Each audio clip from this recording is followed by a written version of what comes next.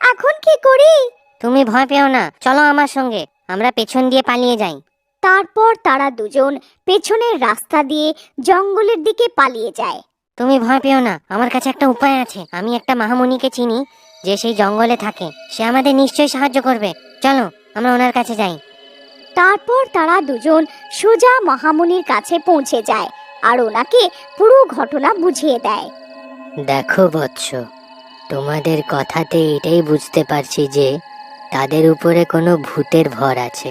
তোমরা এই পবিত্র গঙ্গা জল নিয়ে যাও। যদি তাদের উপরে কোনো ভূতের ভর হয় তাহলে তারা এই জলের সাহায্যে ঠিক হয়ে যাবে। তারপর গোপাল মুনির থেকে গঙ্গা জল নিয়ে নেয় আর ওনাকে প্রণাম করে তারা গ্রামের জন্য রওনা দেয়। কাঁচা আর সেই সব ভূত দরজা ভাঙার চেষ্টা করতে থাকে। সব গ্রামবাসীদের ভয়েতে অবস্থা খারাপ হয়ে গিয়ে থাকে। সেইখানে অন্যদিকে গোপাল আর কাঞ্চার বউ গ্রামে ফিরে আসে।